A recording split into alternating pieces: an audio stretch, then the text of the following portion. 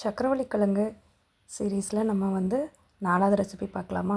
அதுக்கு நம்ம சக்கரவள்ளி கிழங்கு எப்பயும் போல் ஒரு 15 நிமிஷம் இட்லி பாத்திரத்தில் வச்சு வேக வச்சு எடுத்துக்கலாம். இந்த மாதிரி ஒரு ஃபோர்க் வச்சு நல்லா மசிச்சு எடுத்துக்கோங்க.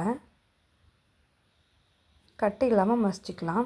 இப்போ இதில் பொடிசாக கட் பண்ணி வச்சுருக்கிற இஞ்சியும் பச்சை மிளகாய் கொஞ்சமாக ஜீரகம் சேர்த்துக்கோங்க. இதில் ஒரு 1/4 டீஸ்பூன் அளவுக்கு மஞ்சள் தூள், மிளகாய் தூள், 1/2 டீஸ்பூன் கரம் மசாலா, அப்புறம் ஒரு 1/2 டீஸ்பூன் அளவுக்கு உப்பு சேர்த்துக்கலாம். அப்புறம் பொடிசாக நறுக்கி வச்சுருக்கிற மல்லி இலையும் சேர்த்து நல்லா மிக்ஸ் பண்ணி வச்சுக்கோங்க. இப்போ இதை மீடியம் சைஸ் உருண்டையாக உருட்டி வச்சுக்கலாம். அப்புறம் எப்பவும் போல் நம்ம சப்பாத்திக்கு எப்படி நம்ம மாவு பிசைவோமோ அதே மாதிரி நீங்கள் பிசைஞ்சு வச்சுக்கோங்க. நல்லா சாஃப்டாக சப்பாத்தி டோ நீங்கள் ரெடி பண்ணிவிட்டு மீடியம் சைஸ் உருண்டையாக அதையுமே நீங்கள் உருட்டி வச்சுக்கோங்க. அதிலேருந்து ஒரு சப்பாத்தி உருண்டையை எடுத்து நல்ல மாவில் நல்லா புரட்டிட்டு ஈவனாக நீங்கள் நல்லா தேய்ச்சி வச்சுக்கோங்க. எப்போவும் நம்ம சப்பாத்தி நம்ம எப்படி திரட்டுவோமோ அதே மாதிரியே நீங்கள் செய்து வச்சுக்கோங்க. நார்மலாக நீங்கள் சப்பாத்தி செய்கிறதுக்கு இந்த மாதிரி நீங்கள் ஸ்டஃபிங் வச்சு செஞ்சிங்கன்னா ரொம்பவும் நல்லாயிருக்கும். நம்ம சைடிஷ் செய்ய வேண்டாம், அந்த வேலையை நமக்கு மிச்சமாகுங்க.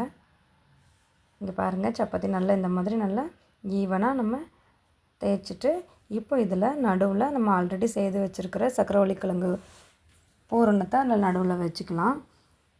நான் இப்போ எப்படி சப்பாத்தி மாவை வந்து நான் அதிலேருந்து மடிக்கிறேனோ அதே மாதிரி நீங்கள் ஃபோல்டு பண்ணிக்கோங்க. கொஞ்சம் நல்லா கையை வச்சு அழுத்தி விடுங்க. அப்போ தான் உங்களுக்கு அது வந்து நீங்கள் மறுபடியும் அதை தேய்க்கும் போது ஓப்பன் ஆகாமல் இருக்கும். இப்போ இதை வந்து கொஞ்சம் மெல்லமாக அழுத்தி நீங்கள் தேய்ங்க. ரொம்ப அதிகமாக அழுத்திடாதீங்க, கொஞ்சம் பொறுமையாக தேய்ச்சி வச்சுக்கோங்க. சப்பாத்தி இந்த மாதிரி நல்லா திரட்டிட்டு இப்போ நம்ம எப்போயும் போல் சப்பாத்தியை சுட்டு எடுத்துட வேண்டியது தான். தோசைக்கல்லில் கொஞ்சமாக நெய் சேர்த்துக்கோங்க. ஈவனாக ஸ்ப்ரெட் பண்ணிவிட்டு சப்பாத்தியை வந்து நம்ம எப்படி சப்பாத்தி சுடுவோமோ அதே மாதிரி சுட்டு எடுத்துக்கலாம். ரொம்ப டேஸ்ட்டாகவும் இருக்குங்க. இதை நீங்கள் கண்டிப்பாக செஞ்சு பார்த்துட்டு எனக்கு எப்படி இருக்குதுன்னு கமெண்ட் பண்ணுங்கள். இந்த வீடியோ பிடிச்சிருந்ததுன்னா இந்தியன் ஹோம்மேக்கர் அட்வென்ச்சர் சேனலுக்கு மறக்காமல் சப்ஸ்கிரைப் பண்ணுங்கள், ஷேர் பண்ணுங்கள், லைக் பண்ணுங்கள். இன்னொரு வீடியோவில் சந்திக்கலாம். பாய்.